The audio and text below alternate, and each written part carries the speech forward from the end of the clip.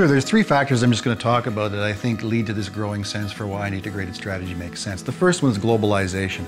Complex new supply chains, new markets for products. It was a lot easier when markets were homogeneous, when companies were selling to either domestic customers or buying from domestic suppliers in Canada or North America. But that, of course, is now becoming much more expanded into Asia, Europe, South America, and even Africa. And the consequences and the complexities that go with failure to get it right are much more material in terms of dollars. So that's the first issue. The second one that I'm going to name is the growing role of strategy across functional areas. Strategy as an approach and as business management tools becoming even more pandemic, I think, than it has been in the past, and trade departments are becoming involved in engaging strategy as part of their role. It's not just about managing costs, but managing risks.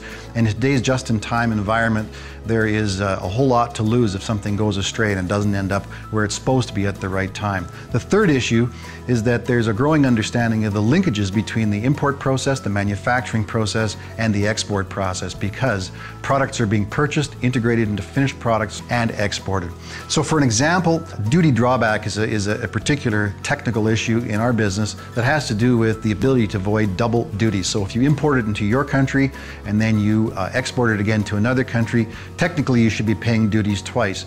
But if this process is integrated into the company's strategy, only one duty will be paid and the other duty will be drawn back. There's a lost opportunity if the import and the export functions are happening in silos, because obviously if that were the case, the duty drawback example I just gave you wouldn't happen. So my question is, are import and export functions linked or mapped in your business, and have you been able to isolate the risks or opportunities that come from having them in silos?